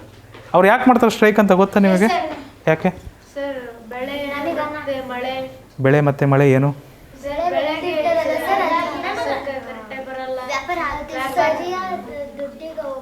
Very good. ರಿಷಿತಾ ಭಾಳ ಕರೆಕ್ಟಾಗಿ ಹೇಳಿದ್ರು ನೋಡ್ರಿ. ಅವ್ರು ಬೆಳೆದಿರೋ ಬೆಳೆಗೆ ಸರಿಯಾದ ದುಡ್ಡು ಸಿಗಲ್ಲ ಅಂತ ಅವ್ರಿಗೆ. ಅವ್ರು ಬೆಳೆದಿರೋ ಬೆಳೆಗೆ ಸರಿಯಾದ ದುಡ್ಡು ಸಿಗಲ್ಲ. ಸಪೋಸ್ ನೀವು ಒಂದು ಜಸ್ಟ್ ಹಾಗೆ ನಿಮ್ಮದೆಲ್ಲ ಬ್ಯಾಗ್ ಇದ್ದಾವೆ, ನಿಮ್ಮವೆಲ್ಲ ಬ್ಯಾಗ್ಗಳಿದ್ದಾವೆ. ನೀವು ಹಾಗೆ ಅಂದ್ಕೊಳ್ರಿ, ನೀವೊಂದು ಫ್ಯಾಕ್ಟ್ರಿ ಇಟ್ಟಿದ್ದೀರಿ. ಆ ಫ್ಯಾಕ್ಟ್ರಿಯಲ್ಲಿ ಏನು ಮಾಡ್ತಿದ್ದೀರಿ? ಬ್ಯಾಗ್ ರೆಡಿ ಮಾಡ್ತಿದ್ದೀರಿ. ಈಗ ಬ್ಯಾಗ್ ಮಾರ್ಬೇಕು ನೀವು. ಆ ರೇಟ್ನ ನೀವು ಇಡ್ಬೇಕಾ ಬೇರೆ ಇಡ್ಬೇಕಾ? ನೀವು ಯಾವ ರೇಟಿಗೆ ಮಾಡಿರ್ತೀರ ಆ ರೇಟಿಗೆ ನೀವು ಮಾರ್ಬೇಕು ತಾನೆ. ರೈತರಿಗೆ ಆ ಹಕ್ಕಿಲ್ಲ ಮಕ್ಕಳೇ. ಆ ಹಕ್ಕು ಯಾರ ಕಡೆ ಇದೆ? ದಳ್ಳಾಳಿಗಳ ಮಧ್ಯವರ್ತಿಗಳ ಕಡೆ ಇದೆ. ಆ ಹಕ್ಕು ಸರ್ಕಾರದವ್ರ ಕಡೆ ಇದೆ. ಸರ್ಕಾರದವ್ರು ಹೇಳ್ತಾರೆ, ನೀನು ಹೆಂಗಾರ ಬೆಳೆಯಪ್ಪ, ಏನಾರ ಮಾಡು, ನಾವೊಂದು ರೇಟ್ ಹೇಳ್ತೀವಿ, ಆ ರೇಟಿಗೆ ಮಾಡ್ಬೇಕು ನೀವು. ಎಷ್ಟು ಕಷ್ಟ ರೈತರದು. ಇಷ್ಟು ನಡುವೆನೂ ಮತ್ತೆ ಮಳೆ ಸರಿ ಆಗಲಿಲ್ಲ, ಇಲ್ಲ ಮಳೆ ಜಾಸ್ತಿ ಆಗಿಬಿಡ್ತು, ಬೆಳೆ ಹೋಯ್ತು. ರೋಗ ಬಂತು, ಬೆಳೆ ಹೋಯ್ತು. ಸೊ ಹಾಗಾಗಿ ರೈತರದ್ದು ಭಾಳ ಕಷ್ಟ ಇದೆ. ಇನ್ನೂ ಕನಿಷ್ಠ ಈಗ ನನ್ನ ಪ್ರಕಾರ ಇನ್ನೊಂದು 10 ವರ್ಷ ತನಕ ಭಾಳ ಕಷ್ಟ ಇದೆ. ಯಾರಾದರೂ ಒಳ್ಳೆ ಅಧಿಕಾರಿಗಳು, ಒಳ್ಳೆ ನಾಯಕರು ಬಂದು ರೈತರ ಪರ ಒಳ್ಳೆ ಕಾನೂನು ಆಗೋ ತನಕ. ನಿಮ್ಮ ತಂದೆ ತಾಯಿರು ಎಲ್ಲ ಭಾಳ ಜನ ರೈತರಿದ್ದಾರೆ, ಕರೆಕ್ಟಾ? ನಿಮಗೆ ಗೊತ್ತಿದೆ, ಎಲ್ಲ ಹತ್ತಿರದಿಂದ ನೋಡಿರ್ತೀರ ನೀವು ರೈತರ ಜೀವನ ಎಷ್ಟು ಕಷ್ಟ ಇರುತ್ತೆ ಅಂತ. ರಾತ್ರಿ ಮಧ್ಯರಾತ್ರಿ 12 ಗಂಟೆ 2 ಗಂಟೆಗೆ ಹೋಗಿ ಬೋರ್ ಸ್ವಿಚ್ ಆನ್ ಮಾಡ್ಬೇಕು ಅಲ್ಲಿ ಹೋಗಿ. ಅವ್ರಿಗೆ ಬೆಳಗ್ಗೆ ಕರೆಂಟ್ ಕೊಟ್ಬಿಟ್ರೆ ಭಾಳ ಆರಾಮ ಇರ್ತಾರೆ ಅವರು, ಒಳ್ಳೆ ನಿದ್ದೆನಾರ ಮಾಡ್ಕೊತಾರೆ ಅವರು. ಸೊ ಇಷ್ಟೆಲ್ಲ ಸಮಸ್ಯೆಗಳಿದ್ದಾವೆ. ಬನ್ನಿ ನೋಡೋಣ. ರೈತರು ಆಹಾರಕ್ಕಾಗಿ ಬೆಳೆಗಳನ್ನು ಬೆಳೆಯುವ ಮತ್ತು ಪ್ರಾಣಿಗಳನ್ನು ಸಾಕುವ ಅತ್ಯಗತ್ಯ ಕಾರ್ಮಿಕರಾಗಿದ್ದಾರೆ. ಅವರು ತಮ್ಮ ಕೃಷಿ ಕ್ಷೇತ್ರಗಳನ್ನು ಫಲವತ್ತಾಗಿಸಲು ವಿವಿಧ ತಂತ್ರಗಳನ್ನು ಬಳಸುತ್ತಾರೆ. ಒಂದು ಮುಖ್ಯವಾದ ವಿಧಾನವೆಂದರೆ ಬೆಳೆ ಪರಿವರ್ತನೆ, ಕ್ರಾಪ್ ರೊಟೇಷನ್ ಅಂತಾರೆ. ಕ್ರಾಪ್ ರೊಟೇಷನ್, ಬೆಳೆ ಪರಿವರ್ತನೆ. ಇಲ್ಲಿ ಒಂದೇ ಪ್ರದೇಶದಲ್ಲಿ ಪ್ರತಿ ಋತುವಿನಲ್ಲೂ ಬೇರೆ ಬೇರೆ ಬೆಳೆಗಳನ್ನು ಬೆಳೆಯಲಾಗುತ್ತದೆ. ಋತು ಅಂದರೆ ಸೀಸನ್, ಕಾಲ, ಪ್ರತಿ ಕಾಲ. ಮಳೆಗಾಲದಲ್ಲಿ ಒಂದು ಬೆಳೆ, ಸಮ್ಮರ್ ಸೀಸನ್, ರೈನಿ ಸೀಸನ್, ಕಬ್ಬಿನ ಸೀಸನ್. ಓಕೆ, ನಿಮ್ಮ ಭಾಷೆ ಹೇಳ್ತಿದೆಯಾ? ಸರಿ ಸರಿ. ಸೊ ಒಂದೊಂದು ಕಾಲದಲ್ಲಿ ಒಂದೊಂದು ಬೆಳೆ ಬೆಳೆಯೋದು. ಆ ಥರ ಬೆಳೆದ್ರೆ ಏನಾಗುತ್ತಂತೆ ನೋಡ್ರಿ, ಇದು ಮಣ್ಣನ್ನು ಆರೋಗ್ಯಕರವಾಗಿ ಇರಿಸಲು ಸಹಾಯ ಮಾಡುತ್ತದೆ. ನೋಡ್ರಿ, ಒಂದು ಬೆಳೆ, ಒಂದು ಜಮೀನು ಇರ್ತದಲ್ಲ ಅಲ್ಲಪ್ಪ, ನಾವು ಬರೀ ಭತ್ತನೇ ಬೆಳೀತಾ ಹೋದರೆ ಹಾಳಾಗ್ತದೆ. ಮತ್ತು ಭತ್ತ ಬೆಳೆಯೋಕ್ಕೆ ಬರಲ್ಲ ಅಲ್ಲಿ. ಈ ಸರಿ ಭತ್ತ ಹಾಕಿದ್ವು ಅಂದರೆ ಮತ್ತೆ 2 ವರ್ಷ ಆದಮೇಲೆ ಮತ್ತೆ ಬೇರೆ ಏನಾರು ಹಾಕ್ಬೇಕು, ನಾವು ಬೇರೆ ಬೆಳೆ ಬೆಳಿಬೇಕು. ಈ ಥರ ಬೆಳೆಗಳನ್ನು ಚೇಂಜ್ ಮಾಡ್ತಿರಬೇಕು ಕಾಲದಿಂದ ಕಾಲಕ್ಕೆ. ಚೇಂಜ್ ಮಾಡಲಿದ್ರೆ ಮಣ್ಣೆಲ್ಲ ಹಾಳಾಗ್ಬಿಡ್ತದೆ. ಆಯಿತಾ? ನಿಮ್ಮ ತಂದೆಯರು ತಾಯಿಯರು ಯಾರು ರೈತರು ಇರ್ತಾರಲ್ಲ, ನೀವು ಕೇಳಿರಿ. ಆನ್ಲೈನಲ್ಲಿ ಯಾರು ನೋಡ್ತಿದ್ರೆ ಮಕ್ಕಳೇ, ನಿಮ್ಮಲ್ಲೂ ಭಾಳಷ್ಟು ಜನ ರೈತರು ನೀವು ಸಹ ರೈತರ ಮಕ್ಕಳೇ ಇರ್ತೀರಿ. ನಿಮ್ಮ ಪೋಷಕರು ಒಂದ್ಸರಿ ಕೇಳಿ ನೋಡ್ರಿ, ಅವ್ರು ಹೇಳ್ತಾರೆ ಇನ್ನೂ ಚೆನ್ನಾಗಿ. ನೀರಾವರಿ ಇನ್ನೊಂದು ಪ್ರಮುಖ ತಂತ್ರವಾಗಿದ್ದು ಒಣ ಪ್ರದೇಶಗಳಲ್ಲಿ ಬೆಳೆಗಳಿಗೆ ನೀರನ್ನು ತಲುಪಿಸುತ್ತದೆ. ನೀರಾವರಿ ತಂತ್ರಜ್ಞಾನ ಪ್ರತಿ ಒಬ್ಬ ಜಾಣ ರೈತ ಅಳವಡಿಸ್ಕೊಂಡಿರ್ತಾನೆ. ಏನು, ಸುಮ್ಮನೆ ನೀರು ಬಿಟ್ಬಿಡೋದಲ್ಲ, ಎಲ್ಲ ಆವಿಯಾಗಿ ಹೋಗ್ಬಿಡುತ್ತೆ. ಗಿಡಕ್ಕೆ ಸರಿಯಾಗಿ ಪೈಪ್ ಹಚ್ಚಿ ನೀರು ಬಿಡ್ಬೋದು ನಾವು. ಇವಾಗ ಗೊತ್ತಿದೆಯಲ್ಲ, ಡ್ರಿಪ್ ಇರಿಗೇಷನ್, ಡ್ರಿಪ್ ಸಿಸ್ಟಮ್ ಇರ್ತದೆ. ಪೈಪ್ ಹಚ್ಚಿಬಿಟ್ಟು ಪೈಪ್ಗಳೆಲ್ಲ ಹೋಗ್ಬಿಡ್ತಾವೆ ಸೀದಾ ಗಿಡದ ಬೇರೆ ತನಕ ಹೋಗಿರ್ತವೆ. ಹೋಗಿರ್ತಾವೆ. ಸೊ ನೀರಾವರಿ ಇನ್ನೊಂದು ಪ್ರಮುಖ ತಂತ್ರವಾಗಿದ್ದು ಒಣ ಪ್ರದೇಶಗಳಲ್ಲಿ ಬೆಳೆಗಳಿಗೆ ನೀರನ್ನು ತಲುಪಿಸುತ್ತದೆ. ಅನೇಕ ರೈತರು ಈಗ ತಮ್ಮ ಕೆಲಸವನ್ನು ಸುಲಭ ಮತ್ತು ವೇಗವಾಗಿ ಮಾಡಲು ಏನು ಮಾಡ್ತಿದ್ದಾರೆ, ಟ್ರ್ಯಾಕ್ಟ್ರು ಮತ್ತು ಕೊಯ್ಲು ಯಂತ್ರಗಳಂತಹ ಯಂತ್ರಗಳನ್ನು ಬಳಸುತ್ತಾರೆ. ಈಗ ಭತ್ತ ಕೊಯ್ಯೋಕ್ಕೆಲ್ಲ ಮಷಿನ್ ಬಂದಿದ್ದಾವೆ ನೋಡಿದಿರಲ್ಲ. ಸೊ ಅದನ್ನು ಬಳಸ್ತಾರೆ, ಜಲ್ದಿ ಆಗ್ತದೆ ಕೆಲಸ ಅಂತ. ಕೆಲವು ರೈತರು ಸಾವಯವ ಕೃಷಿಯನ್ನು ಅಭ್ಯಾಸ ಮಾಡುತ್ತಾರೆ. ಸಾವಯವ ಕೃಷಿ ಅಂದರೆ ಗೊತ್ತಾ ಮಕ್ಕಳೇ? ಅಜಯ್ ಕೃಷಿ ರಾಷ್ಟ್ರೀಯ ರೈತ ದಿನಾಚರಣೆ ಮಾಡ್ಬೇಕಾದ್ರೆ ಸಾವಯವ ಕೃಷಿ ಬಗ್ಗೆ ಹೇಳಿದರು ಒಂದು ಸರಿ. ಚೌಧರಿ ಚರಣ್ ಸಿಂಗ್ ಅವರ ಜನ್ಮದಿನ. ಸಾವಯವ ಕೃಷಿ ಅಂದರೆ ಮಕ್ಕಳೇ, ನಾವು ಬೆಳೆ ಬೆಳಿತೇವೆ ಕೆಮಿಕಲ್ ಬಳಸ್ದಂಗೆ, ಯಾವುದೇ ರಾಸಾಯನಿಕ ಪದಾರ್ಥಗಳನ್ನು ಬಳಸ್ದಂಗೆ ಬೆಳೆ ಬೆಳೆಯೋದಕ್ಕೇನಂತೇವೆ ಸಾವಯವ ಕೃಷಿ ಅಂತ ಕರಿತೇವೆ. ಸರಿನಾ? ಸಾವಯವ ಕೃಷಿಯನ್ನು ಅಭ್ಯಾಸ ಮಾಡುತ್ತಾರೆ. ರಾಸಾಯನಿಕ ಕೀಟನಾಶಕಗಳು ಮತ್ತು ರಸಗೊಬ್ಬರಗಳನ್ನು ತಪ್ಪಿಸುತ್ತಾರೆ. ಅದರಲ್ಲಿ ಅವುಗಳನ್ನು ಬಳಸಂಗಿಲ್ಲ ನಾವು. ಅದನ್ನು ಬಳಸಿದ್ರೆ ಏನಾಗ್ತದೆ ಗೊತ್ತಾ? ಒಂದು ಸರಿ ಒಂದು ವಿಡಿಯೋ ಹಾಕಿದ್ರು, ಅದು ನಿಜನೋ ಸುಳ್ಳ ಗೊತ್ತಿಲ್ಲ. ಈ ಗೊಬ್ಬರದ ಚೀಲದಿಂದ ಗೊಬ್ಬರ ತೆಗೆದ್ರು. ಜೊತೆಗೆ ಒಂದು ಎರೆಹುಳ ಇತ್ತು ಮಳೆಗಾಲದಲ್ಲಿ, ಎರೆಹುಳ ಅದ್ರಲ್ಲಿ ಬಿಟ್ಟರು. ಎರೆಹುಳ ಒಂದು 2 ನಿಮಿಷದಲ್ಲಿ ಒದ್ದಾಡಿ ಸತ್ತೋಗ್ಬಿಡುತ್ತೆ ಅದರಲ್ಲಿ. ಹಾಗಂದ್ಮೇಲೆ ಆ ಗೊಬ್ಬರ ಮಣ್ಣಲ್ಲಿ ಹೋಗ್ತಿದೆ ಅಂದರೆ ಮಣ್ಣಲ್ಲಿರುವ ಎರೆಹುಳುಗಳೆಲ್ಲ ಏನಾಗ್ತವೆ? ಎರೆಹುಳ ರೈತ ಮಿತ್ರ ತಾನೆ, ಮಣ್ಣನ್ನು ಫಲವತ್ತಾಗಿರ್ತವೆ ಎರೆಹುಳುಗಳು, ಹೌದಲ್ವಾ? ಮತ್ತು ನಾವು ಗೊಬ್ಬರ ಹಾಕಿ ಮಣ್ಣನ್ನು ಸಾಯಿಸ್ತಿದ್ದೀವಿ ಅಂತ ತಾನೇ ಅರ್ಥ, ಹೌದನಪ್ಪ ಸಾಗರ್ ಪಾಟೀಲ್? ಗೊಬ್ಬರ ಹಾಕಿ ಮಣ್ಣನ್ನು ಸಾಯಿಸ್ತಿದ್ದೀವಿ ನಾವೇ, ಕರೆಕ್ಟಾ? Right, good night. ಎಸ್. ಬದಲಿಗೆ ಅವರು ಕೀಟಗಳನ್ನು ನಿಯಂತ್ರಿಸಲು ಮತ್ತು ಮಣ್ಣನ್ನು ಸಮೃದ್ಧಗೊಳಿಸಲು ನೈಸರ್ಗಿಕ ವಿಧಾನಗಳನ್ನು ಬಳಸುತ್ತಾರೆ. ಯಾವುದರಲ್ಲಿ? ಸಾವಯವ ಕೃಷಿಯಲ್ಲಿ. ಆಧುನಿಕ ರೈತರು, ಮಾಡರ್ನ್ ಫಾರ್ಮರ್ಸ್, ಆಧುನಿಕ, ಸಾಂಪ್ರದಾಯಿಕ, ಆಧುನಿಕ. ನೆನಪಿದೆಯಾ? ಆಧುನಿಕ ಅಂದ್ರೇನು? ಹಳೆ ಪದ್ಧತಿನ ಅನುಸರಿಸಲ್ಲ ಅವರು, ಹೊಸದನ್ನು ಅನುಸರಿಸ್ತಾರೆ. ಸೊ ಹಳೆ ಪದ್ಧತಿನ ಅನುಸರಿಸಲ್ಲ ಅವ್ರು ಏನು ಮಾಡ್ತಾರೆ? ಹೊಸ ಪದ್ಧತಿನ ಅನುಸರಿಸ್ತಾರೆ. ಅವ್ರಿಗೆ ಏನಂತೀವಿ ನಾವು? ಆಧುನಿಕರು, ಆಧುನಿಕ ಅಂತೀವಿ. ಸಾಂಪ್ರದಾಯಿಕ ಅಂದರೆ ಹಳೇದು, ಹೊಸದಂದರೆ ಆಧುನಿಕ. ಸೊ ಆಧುನಿಕ ರೈತರು ತಮ್ಮ ಹೊಲಗಳನ್ನು ಮೇಲ್ವಿಚಾರಣೆ ಮಾಡಲು ಮತ್ತು ಬಿತ್ತನೆ ಹಾಗೂ ಕೊಯ್ಲಿನ ಬಗ್ಗೆ ಜಾಣತನದ ನಿರ್ಧಾರಗಳನ್ನು ತೆಗೆದುಕೊಳ್ಳುತ್ತಾರೆ. GPS, global positioning system, GPS ಮತ್ತು ಡ್ರೋನ್ಗಳಂತಹ ತಂತ್ರಜ್ಞಾನವನ್ನು ಸಹ ಬಳಸುತ್ತಾರೆ. ಹೌದಾ? ರೈಟ್. ಸೊ ರೈತರು ನೋಡಿದಿರಿ, ಗೊತ್ತು ನಿಮಗೆ. ರೈತರ ಬಗ್ಗೆ ಏನು ಹೇಳಬೇಕಿಲ್ಲ. ವ್ಯಾಕರಣದಲ್ಲಿ ಕೆಲವು ಸಮಾನಾರ್ಥಕ ಪದಗಳಿದಾವೆ ಮಕ್ಕಳೇ. ರೈತರಿಗೆ ಇನ್ನೊಂದು ಹೆಸರೇನಿದೆ? ಕೃಷಿಕರು. ನಮ್ಮ ಭಾರತ ದೇಶ ಕೃಷಿ ಪ್ರಧಾನ ದೇಶ ಅಂತ ಕರೀತಾರೆ. ಭಾರತವು ಕೃಷಿ ಪ್ರಧಾನ ದೇಶ ಅಂತ ಕರೀತಾರೆ. ಸೊ ನಮ್ಮ ಚಂದನ್ ಏನಿದ್ದಾರೆ? ಓಕೆ, ಚಂದನಲ್ಲಿದ್ದಾರೆ. ಬೆಳೆಗಳಿಗೆ ಇನ್ನೊಂದು ಹೆಸರು ಪೈರುಗಳು. ಪ್ರಾಣಿಗಳು ಜಾನುವಾರುಗಳು. ಫಲವತ್ತಾಗಿಸಲು, ಸಮೃದ್ಧಿಗೊಳಿಸಲು. ಫಲವತ್ತು ಅಂದರೆ ಸಮೃದ್ಧಿ. ಆಧುನಿಕ ಮತ್ತೆ ಬಂತು ನೋಡ್ರಿ, ಸಾಂಪ್ರದಾಯಿಕ. ವಾವ್, ಸುಲಭ, ವೇಗವಾಗಿ. ಒಂದು ನಿಮಿಷ.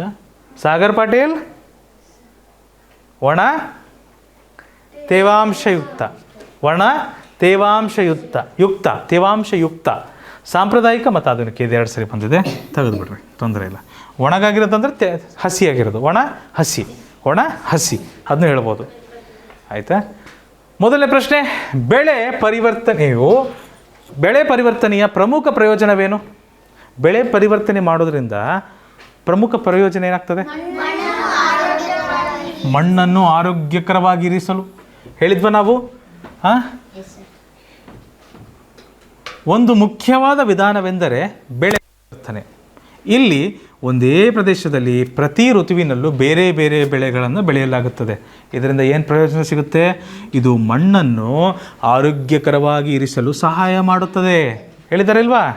ಸೊ ಒಂದು ಸೀಸನಲ್ಲಿ ಒಂದು ಬೆಳಿತೀವಿ, ಒಂದು ಸೀಸನಲ್ಲಿ ಈ ಥರ ತರಕಾರಿಗಳನ್ನು ಬೆಳೆದ್ವಿ, ಇನ್ನೊಂದು ಸೀಸನಲ್ಲಿ ಇದನ್ನು ಬೆಳಿತೀವಿ, ಮತ್ತೊಂದು ಸೀಸನಲ್ಲಿ ಈ ಥರ ತರಕಾರಿಗಳನ್ನು ಬೆಳಿತೀವಿ, ಮತ್ತೆ ಹೋದಂತೆ ಮುಂದೆ ಸೊಪ್ಪುಗಳನ್ನು ಬೆಳಿತೀವಿ. ಈ ಥರ ಚೇಂಜ್ ಮಾಡ್ತಾ ಇರ್ತೀವಿ. ಒಂದೊಂದು ಕಾಲಕ್ಕೆ ಒಂದೊಂದು ಬೆಳೆಗಳನ್ನು ಬೆಳೀತಾ ಹೋಗ್ತೀವಿ. ಅದಕ್ಕೆ ಬೆಳೆ ಪರಿವರ್ತನೆ ಅಥವಾ ಕ್ರಾಪ್ ರೊಟೇಷನ್ ಅಂತ ಕರೀತಾರೆ. ಒಣ ಪ್ರದೇಶಗಳಲ್ಲಿ ಬೆಳೆಗಳಿಗೆ ನೀರನ್ನು ತಲುಪಿಸುವ ತಂತ್ರ ಯಾವುದು? ಯಾವ ತಂತ್ರ ಅದು? ನೀರಾವರಿ. ಸೊ ನೀರಾವರಿ ತಾನೇ ಅದು. ನೀರಾವರಿ ಇನ್ನೊಂದು ಪ್ರಮುಖ ತಂತ್ರವಾಗಿದ್ದು ಒಣ ಪ್ರದೇಶಗಳಲ್ಲಿ ಬೆಳೆಗಳಿಗೆ ನೀರನ್ನು ತಲುಪಿಸುತ್ತದೆ. ಆಪ್ಷನ್ ಸಿ ಇದಕ್ಕೆ ಸರಿಯಾದ ಉತ್ತರ. ಸರಿದೆಯಾ ಮಕ್ಕಳೇ? ಲಕ್ಷ್ಮಿ ಮುಂದೋಗ್ಬೋದಾ? ಮುಂದಿನ ಪ್ರಶ್ನೆ, ಸಾವಯವ ಕೃಷಿಯಲ್ಲಿ ರೈತರು ಏನನ್ನು ತಪ್ಪಿಸುತ್ತಾರೆ? ಹೇಳಿದರೆ ಕೆಲವು ರೈತರು ಸಾವಯವ ಕೃಷಿಯನ್ನು ಅಭ್ಯಾಸ ಮಾಡುತ್ತಾರೆ. ರಾಸಾಯನಿಕ ಕೀಟನಾಶಕಗಳು ಮತ್ತು ರಸಗೊಬ್ಬರಗಳನ್ನು ತಪ್ಪಿಸುತ್ತಾರೆ. ಅದನ್ನು ಬಳಸೋದಿಲ್ಲ, ಕೆಮಿಕಲ್ಸ್ನೆಲ್ಲ ಬಳಸೋದಿಲ್ಲ ಅವರು. ಸೊ ಆಪ್ಷನ್ ಸಿ ಇದಕ್ಕೆ ಸರಿಯಾದ ಉತ್ತರ ಮಕ್ಕಳೇ. ರೈತರು ತಮ್ಮ ಕೆಲಸವನ್ನು ಸುಲಭ ಮತ್ತು ವೇಗವಾಗಿ ಮಾಡಲು ಏನನ್ನು ಬಳಸ್ತಾರೆ? ಯಂತ್ರಗಳನ್ನು. ಯಾವ ಯಂತ್ರಗಳು? ಕೃಷಿ ಯಂತ್ರಗಳು. ಹೌದಾ? ಈ ಥರ ಯಂತ್ರಗಳು ಇದ್ದಾವೆ, ಇಷ್ಟಿಷ್ಟು ದೊಡ್ಡ ಯಂತ್ರಗಳು ಇದ್ದಾವೆ. ನಮ್ಮ ದೇಶದಲ್ಲಿ ಸ್ವಲ್ಪ ನೋಡಲಿಕ್ಕೆ ಕಡಿಮೆ ಸಿಗ್ತವೆ. ಅಮೇರಿಕದಂಥ ದೇಶಗಳಲ್ಲೆಲ್ಲ ಇದ್ದಾವೆ, ರಷ್ಯಾ, ಅಮೇರಿಕಾ. ಯಾಕಪ್ಪ ಮತ್ತೇನು ತಿಂತಾರಪ್ಪ ಅವರು? ರೈತರಿಂದನೇ ಕಣಪ್ಪ ಅದೇ ಎಲ್ಲ ದೇಶಗಳು ನಡೀತಿರೋದು. ಪ್ರತಿಯೊಂದು ದೇಶ, ರಾಷ್ಟ್ರ, ಸಮಾಜ, ನಾಗರಿಕತೆ ಏನೇನು ನೋಡಿದಿರಲ್ಲ, ಮನುಷ್ಯರು ಎಲ್ಲಿವರೆಗೂ ರೈತರು ಇರ್ತಾರೋ ಅಲ್ಲಿವರೆಗೂ ಮನುಷ್ಯರು ಬದುಕಕ್ಕೆ ಸಾಧ್ಯ. ಅನ್ನನೇ ತಾನೇ ಬೇಕಿರೋದು ಮೇನಾಗಿ. ಅದು ಎಲ್ಲಿಂದ ಬರ್ತದೆ? ರೈತರಿಂದ ಬೆಳೆದಿತ್ತು ತಾನೆ ಅದು. ಪಿಜ್ಜಾ ಬರ್ಗರ್ ಎಲ್ಲ ಎಲ್ಲಿಂದ? ಹಿಟ್ಟು ಎಲ್ಲಿಂದ ಆಗ್ತದೆ? ಕಾಳಿಂದ ಹಿಟ್ಟು ಆಗ್ತದೆ. ಏನಪ್ಪ ಅನ್ನದಾತ. ಹೌದು, ಅನ್ನದಾತ ಮಾಡ್ತಾರಪ್ಪ. ಇಂಜಿನಿಯರ್ಸ್ ಇದ್ದಾರೆ, ಸೈಂಟಿಸ್ಟ್ಗಳಿದ್ದಾರೆ. ನಾಳೆ ನೀವು ಮಾಡ್ತೀರಾ? ಬರ್ರಿ ಹೋಗೋಣ. ಆಧುನಿಕ ರೈತರು ತಮ್ಮ ಹೊಲಗಳನ್ನು ಮೇಲ್ವಿಚಾರಣೆ ಮಾಡಲು ಯಾವ ತಂತ್ರಜ್ಞಾನವನ್ನು ಬಳಸುತ್ತಾರೆ? ಮಕ್ಕಳೇ, ನಮ್ಮೂರಲ್ಲಿ ಒಂದ್ಸರಿ ಡ್ರೋನ್ ಬಳಸಿದಾರಲ್ಲ, ಒಂದ್ಸರಿ ಔಷಧಿ ಸಿಂಪಡಿಸೋಕ್ಕೆ ಡ್ರೋನ್ ಮೂಲಕ ಬಳಸಿದ್ದಾರೆ ರೈತರು. ಕೆಲವರು ಹೊಲದಲ್ಲಿ ಮಾಡಿದ್ದಾರೆ, ನಾನು ಕೇಳ್ಪಟ್ಟೆ. ಈಗ ಕಾಲ ಹೆಂಗಿದೆ ಅಂದರೆ, ನೀವು ಹೊಲಕ್ಕೆ ಹೋಗೋದೇ ಬೇಡ, ಮನೇಲಿ ಕೂತ್ಕೊಂಡೇ ಬೆಳೆ ಬೆಳೀತಿದ್ದಾರೆ ಕೆಲವರು. ಅವ್ರ ಟ್ಯಾಕ್ಟ್ರಿಗಳು ರಿಮೋಟ್ ಕಂಟ್ರೋಲ್ಡ್. ಮನೇಲಿ ಕೂತ್ಕೊಂಡು ಕಂಪ್ಯೂಟ್ರಲ್ಲಿ ಒತ್ಬಿಡ್ತಾರೆ, ಆ ಟ್ಯಾಕ್ಟ್ರಿ ಅಲ್ಲಿ ಹೋಗಿ ಹೊಲ ಹೊಡಿತಿರ್ತದೆ. ಯಾರು ಇರೋಲ್ಲ, ಇಲ್ಲಿಂದನೇ ರೋಬೋಟ್ಗಳು ಪಾಠ ಕೇಳಿದ್ರಾ? ರೋಬೋಟ್ಗಳನ್ನು ದೂರದಿಂದಲೇ ಚಲಾಯಿಸಬಹುದು ಅಂತಿತ್ತು ತಾನೇ, ರಿಮೋಟ್ ಇಟ್ಕೊಂಡು. ಸೊ ಟ್ಯಾಕ್ಟ್ರಿನೂ ಒಂದು ರೋಬೋಟ್, ಆಟೋಮೇಟೆಡ್ ರೋಬೋಟ್. ನೀವು ಇಲ್ಲಿ ಸೆಟ್ಟಿಂಗ್ ಮಾಡಿಬಿಡ್ತೀರಿ ಹಿಂಗೆ. ಓಕೆ, ನಾನು ಹೊಲ ಇಲ್ಲಿಂದ ಇಲ್ಲಿಗಿದೆ, ಓಕೆ, ಹಿಂಗೊಂದು 4 ರೌಂಡ್ ಹೊಡೀಲಿ, ಹಿಂಗೊಂದು 4 ರೌಂಡ್ ಹೊಡೀಲಿ, ಎಂಟರ್ ಅಂತಲ್ಲಿ ಸ್ಟಾರ್ಟ್ ಆಗಿಬಿಡ್ತದೆ. ಹನುಮಂತ ಅಲ್ಲೇ ಕುಂತಿರ್ತಾನೆ ಪಕ್ಕದಾಗೆ. ಅಯ್ಯಪ್ಪ ಇದೇನಪ್ಪ ಇದು ದೇವ್ ಹಿಡ್ದು ಬಿಡ್ತೀವಿ, ಟ್ಯಾಕ್ಟ್ರಿಗೆ ಒಂದೇ ಹೋಗತ್ತಲ್ಲಪ್ಪದು. ಓಡ್ ಬಂದ್ಬಿಡ್ತಾನೆ ಊರುಗಳಾಗ ಅವನು. ಏನಪ್ಪ ಹನುಮಂತು? ಹೆದರೇ ಬಿಡ್ತಾನೆ ಹನುಮಂತು. ಈಗೆಲ್ಲ ಗೊತ್ತಲ್ಲ, ಕಾರ್ ಒಳಗೆ ಮನುಷ್ಯರೇ ಕೂರೋದಲ್ಲ, ಡ್ರೈವರ್ ಇಲ್ದಂಗೆ ಕಾರ್ಗಳು ಹೋಗ್ತವೆ, ಡ್ರೈವರ್ಲೆಸ್ ಕಾರ್ಸ್. ಹೌದಾ? ಬರ್ತದ? ಹೌದು, ಯಾರು ಓಡಿಸೋದೇ ಬೇಡ, ಅದು ಕಾರ್ಗಳು ತಪ್ಪಾಡಿ ತಾವು ಹೋಗ್ತಿರ್ತವೆ. ಆಟೋ ಪೈಲಟ್ ಮೋಡಲ್ ಹೋಗ್ತಾವೆ. ಕರೆಕ್ಟ್. ಇಲ್ಲ ಅದೆಲ್ಲ ಈಗೆಲ್ಲ ಕಡಿಮೆ ಆಗ್ತದವು, ಭಾಳ ಕಡಿಮೆ ಆಗ್ತವೆ. ನಾನು ಹೇಳ್ತೀನಿ ನೀವೆಲ್ಲರೂ ಅದನ್ನು ನೋಡ್ತೀರಾ. ನೀವಂಥ ಕಾರ್ಗಳಲ್ಲಿ ಹೋಗ್ತೀರಾ, ನಾವು ಇರ್ತೀವಲ್ಲ ಗೊತ್ತಿಲ್ಲ. ಬಟ್ ನೀವಂತೂ 200% ಡ್ರೈವರ್ ಇಲ್ಲದ ಸ್ವಚಾಲಿತ ಕಾರ್ಗಳಲ್ಲಿ ನೀವು ಪ್ರಯಾಣ ಮಾಡ್ತೀರಾ, ಗ್ಯಾರಂಟೀಡ್. ಗೂಗಲ್ ಮ್ಯಾಪ್ಸ್ ಹೋಗ್ತಾ ಇರುತ್ತೆ. ಹೌದು ಹೌದು, ಇನ್ನೂ ಸುಧಾರಿಸುತ್ತಪ್ಪ, ತಂತ್ರಜ್ಞಾನ ಭಾಳ ಸುಧಾರಿಸುತ್ತೆ. ಇದು ಅಷ್ಟೇ, ಡ್ರೋನ್ಗಳು ಬಂದಿದ್ದಾವೆ ಇವಾಗ. ನೀವು ಮನೇಲಿ ಕೂತ್ಕೊಂಡು ಓಕೆ ಡ್ರೋನಿಗೆ ಹೇಳ್ಬಿಡ್ತೀರ, ನಂದು ಇಷ್ಟು ಎಕರೆ ಹೊಲ ಇದೆ, ಇಷ್ಟು ಓಕೆ ಇಷ್ಟು ಲೀಟ್ರು ಔಷಧಿ ಹಾಕ್ತೀನಿ, ಅದಕ್ಕೆ ಸೆಟ್ ಮಾಡಿಬಿಟ್ಬಿಡ್ತೀರ, ಅದು ಹೋಗಿ ಔಷಧಿ ಹೊಡ್ಕೊಂಡು ಬಂದು ವಾಪಸ್ ಬರುತ್ತೆ. ಅದೇ ಚಾರ್ಜ್ ಆಗುತ್ತೆ, ಮತ್ತೆ ನೀವು ಚಾರ್ಜಿಗೆ ಇಡೋದು ಬೇಡ, ಅದೇ ವಾಪಸ್ ಬಂದು ಅಲ್ಲಿ ಕುಂತು ಚಾರ್ಜ್ ಆಗ್ಬಿಡುತ್ತದೆ. ಈ ಥರ ಇದೆ. ಕಸ ಹೊಡೆಯೋದು ಬಂದಿದೆ ಗೊತ್ತಾ ಮನೆಯೊಳಗೆ? ಅದಲ್ಲ, ಒಂದು ಸಣ್ಣದೊಂದು ಥರ ಸರ್ಕಲ್ ಥರ ಇರುತ್ತೆ. ಹಾಂ, ಅದೇ ಚಾರ್ಜ್ ಆಗುತ್ತೆ, ಅದೇ ಕಸ ಕಲೆಕ್ಟ್ ಮಾಡುತ್ತೆ, ಅದೇ ಕಸನ ಒಂದು ಕಡೆ ಹಾಕುತ್ತೆ. ನಮ್ಮ ಇಂಡಿಯಾದಲ್ಲಿ ಇದೆಯಪ್ಪ, 15-20 ಸಾವಿರಕ್ಕೆ ಸಿಗುತ್ತೆ ಇವಾಗ. ಎನಿವೇಸ್, ಎಲ್ಲ ಒಳ್ಳೆ ಭವಿಷ್ಯದತ್ತ ಸಾಕ್ತಿದ್ದೀವಿ. ನಮ್ಮ ಭವಿಷ್ಯ, ನಿಮ್ಮ ಭವಿಷ್ಯ, ಎಲ್ಲರ ಭವಿಷ್ಯ ಸುಂದರವಾಗಿರಲಿ. ಇದರೊಂದಿಗೆ ಕಿರುಪರೀಕ್ಷೆ 8ರ ವಿವರಣೆ ಇಲ್ಲಿಗೆ ಮುಕ್ತಾಯಗೊಳಿಸ್ತೀವಿ. ನೆನಪಿಡಿ, ಇದು ಈಸಿ ಪಿ ಜಿ ಕ್ಲಾಸಸ್, ನಿಮ್ಮ ತರಬೇತಿ ಕೇಂದ್ರ.